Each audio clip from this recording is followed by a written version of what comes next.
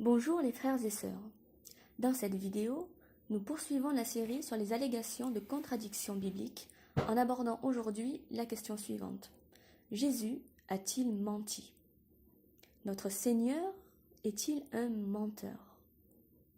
Bien évidemment que non. Et toute personne ayant un minimum de respect pour le Christ ou qui prétendrait en avoir pour lui, garderait certainement sa langue en bride bien dans son palais, plutôt que de proférer une telle accusation. Et pourtant, il n'est pas rare de croiser cette accusation envers notre Seigneur Jésus-Christ, gloire à lui. Cette accusation repose notamment sur le passage suivant, où des proches du Christ l'invitent à les accompagner à une fête liturgique juive importante. Jésus leur répond « Montez, vous, à cette fête. Pour moi, je n'y monte point, parce que mon temps n'est pas encore accompli. » Après leur avoir dit cela, il resta en Galilée.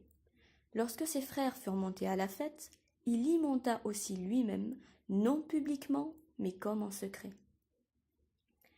Dans ce passage, donc, Jésus refuse de monter à la fête des tabernacles, importante dans le calendrier du peuple d'Israël, en disant qu'il n'y monte point.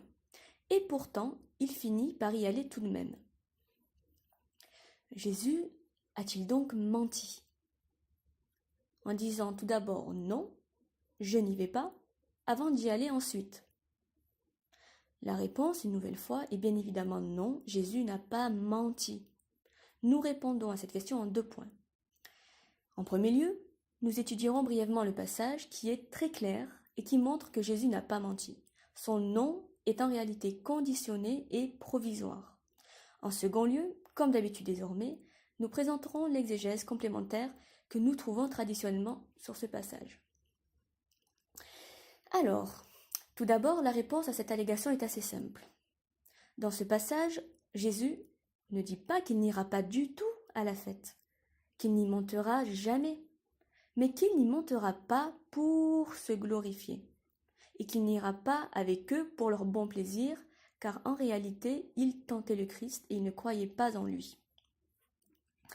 En effet, c'est ce que désiraient ses proches, qu'ils manifestent en leur compagnie, peut-être sans doute pour leur propre gloire, la gloire de Messie aux yeux du monde.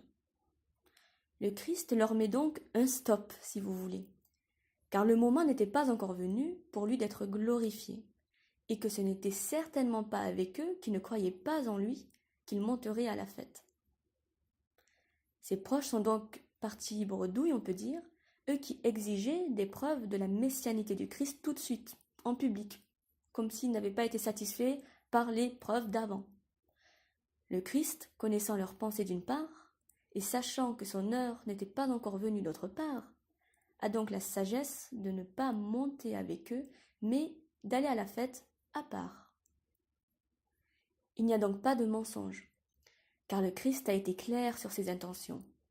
Non, il ne montera pas avec eux pour assouvir leurs tentations, leurs caprices, et non, il ne se montrera pas à la fête publiquement pour se glorifier alors que le moment n'est pas encore venu.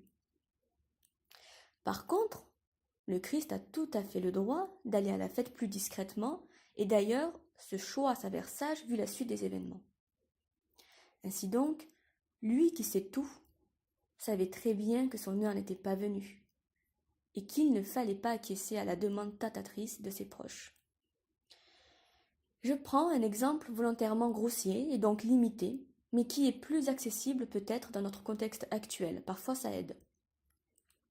Si des personnes de votre entourage vous proposent, par exemple, d'aller avec eux à tel concert, lié à un événement culturel important que vous partagez, que vous avez en commun, en vous demandant d'y chanter avec eux ou chanter vous-même seul sur scène, rien, absolument rien, ne vous empêche de refuser leur proposition si vous ne désirez pas vous mettre à nu en public, surtout si vous pensez que ce public ne sera pas réceptif à votre musique. Et si ces personnes qui vous font cette proposition ont de mauvaises intentions en vous le proposant, vous pouvez et vous avez intérêt même à refuser. Par contre, rien ne vous empêche d'y aller, vous, tout de même, tout seul, ou autrement, à l'événement en question de façon anonyme. Donc l'exemple est forcément limité, Mais le fond, le principe est absolument le même. Et c'est ce même principe qui est clairement établi dans le contexte du passage. En effet, que dit le contexte de ce passage dans le 7e chapitre de l'Évangile selon saint Jean, béni soit-il?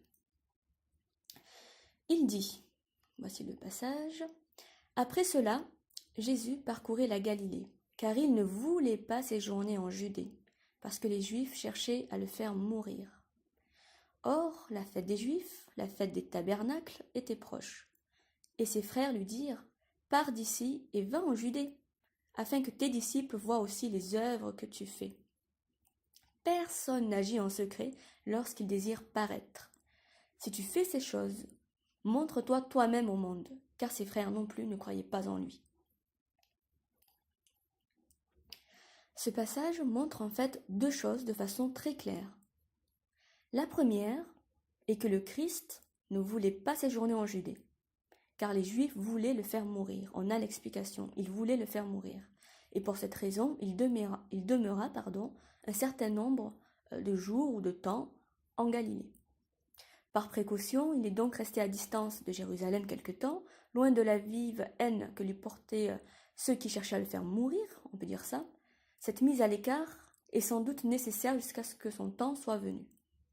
En attendant, le Christ ne pouvait donc pas manifester glorieusement sa personne en Judée lors de cet événement notoire, qui est l'une des fêtes que tout juif a à cœur de respecter quand même, la fête des tabernacles. On dit aussi la fête des tentes, qui a lieu avant la Pâque. Donc, comme la fête des tabernacles était proche en tant que juif, le Christ se devait normalement de la respecter. Étant juif, mais connaissant les intentions assassines de certains chefs à son égard, on sait donc qu'il devait y aller, en principe, mais que, vu le contexte, il serait opportun de ne pas trop se faire remarquer si vous voulez. Or, cela nous mène à la deuxième chose que vous pouvez lire dans ce passage, c'est que les proches du Christ, eux, ne croyaient même pas en lui. Mais ils voulaient au contraire le tester, le tenter si on peut le dire, pour qu'il se fasse remarquer lors de cette fête liturgique importante. Et ils trouvent en cette fête en réalité un prétexte pour leur proposition. Ils argumentent donc, comme l'a fait Satan malheureusement dans d'autres passages de l'Évangile, quand il tenta le Christ dans le désert en disant « Si tu es le Fils de Dieu, ordonne que ces pierres deviennent des pains. » Ou encore « Si tu es le Fils de Dieu, jette-toi en bas, etc. » Donc ici, de la même manière, les proches du Christ le tentent en disant en somme « Si tu es le Fils de Dieu, manifeste ta gloire, te cache pas. » Ils lui disent, en effet, personne n'agit en secret lorsqu'il désire paraître. Le Christ n'allait donc pas acquiescer à leur demande pour leurs beaux yeux, lui qui agit toujours au bon moment. Il n'a aucun orgueil, il ne va pas obéir à leur demande. Donc non seulement ils le tentent, mais ils prétendent donner une leçon de vie au Seigneur. Ô Seigneur, pardonne-leur, certes ta louange te revient. Donc ils savaient que le Christ était réputé être le Messie et qu'il n'allait pas tarder à paraître au grand jour. Et peut-être espérait-il même en tirer une certaine gloire étant de sa famille, bien qu'ils ne croyaient pas en lui de toute manière. Et sans doute cela leur convenait-il de l'invectiver. C'est pourquoi le Christ, qui savait que ce n'était pas le moment de montrer sa gloire et de manifester qui il était, leur dit « Mon temps n'est pas encore venu, mais votre temps est toujours favorable. » On voit bien là que le Christ répond à leur tentation en disant qu'il ne cédera pas à leur demande grossière, mais qu'il sait bien que le temps, c'est-à-dire les occasions d'avoir des cœurs mal disposés, enclins aux mauvaises intentions, lui est toujours favorable. Le Christ continue. « Le monde ne peut vous haïr. Moi, il me hait, parce que je rends de lui le témoignage que ses œuvres sont mauvaises. Montez-vous à cette fête. » Le Christ leur dit d'y aller sans lui, de ne pas le mêler à leurs affaires sordides, car on rappelle que le Christ leur dit la vérité en face, votre temps est toujours favorable. Le monde ne peut vous haïr, etc. Il a vu clair dans leur jeu. Il continue. Pour moi, je n'y monte point, parce que mon temps n'est pas encore accompli. Parce que mon temps n'est pas encore accompli. Après leur avoir dit cela, il resta en Galilée. Il est donc très clair que la raison que le Christ donne pour dire non à leurs propositions, leurs tentations, c'est que tout d'abord, il ne cédera pas à leurs caprices de ce monde, pour la gloire des hommes de ce monde, qui tient d'une vanité donc mondaine, et ensuite, parce qu'il refuse, tout simplement, d'y aller, étant donné que son temps n'est pas encore accompli. Ce n'est pas pour la fête des tabernacles que le Christ doit être glorifié, mais pour la Pâque. Par conséquent, qu'on ne dise pas que ce non soit un mensonge, alors qu'il s'agit au contraire, d'un non clairement conditionné et clairement justifié par le Christ lui-même. Voilà la raison de son refus de monter avec eux, car on le rappelle, le Christ refuse de monter à ce moment avec une si mauvaise compagnie, car son temps n'est pas venu. Ce problème réglé, rien n'empêche ensuite le Christ de respecter la fête en soi et d'y aller sans eux, discrètement, surtout que la fête durait plusieurs jours. Et ce n'est ni plus ni moins ce que disent d'ailleurs les versets qui suivent. Lorsque ses frères furent montés à la fête, il y monta aussi lui-même, non publiquement, mais comme en secret. Donc c'est plutôt au milieu de la fête, donc quelques jours après. Donc il y est monté plus tard. Voilà, le Christ monta à la fête, seul discrètement, c'est-à-dire non publiquement, pour ne pas se faire remarquer avant l'heure dans un lieu où certains Juifs désiraient le faire mourir. Il n'y a donc aucun mensonge, mais un simple refus de la proposition malsaine de certains de ses proches, qui sous-entendait, en plus, qu'il était lâche ou peu ambitieux. Et il s'agit donc d'une preuve au contraire de sa sagesse, de ne pas céder à leurs caprices ou à leurs tentations, et de demeurer ferme sur une volonté de s'en tenir à l'heure de sa manifestation de gloire en son temps. Preuve, comme à plusieurs reprises déjà dans la Bible, qu'on ne tente pas le Seigneur et qu'il sait mieux les temps et les moments qu'il convient en toutes choses que nous. Je vous propose pour terminer brièvement de vous apporter des éclairages complémentaires sur ce passage selon les exégèses anciennes. Théophylactus dit la chose suivante.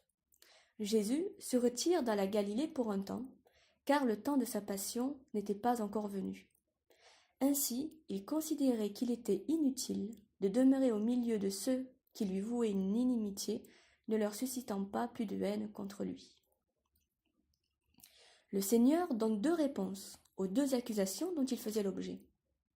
Il l'accusait de se laisser dominer par la crainte, auquel le Seigneur répond en disant qu'il rejette les œuvres du monde des mondains, ce qui ne correspond pas à l'attitude d'un homme connaissant la crainte.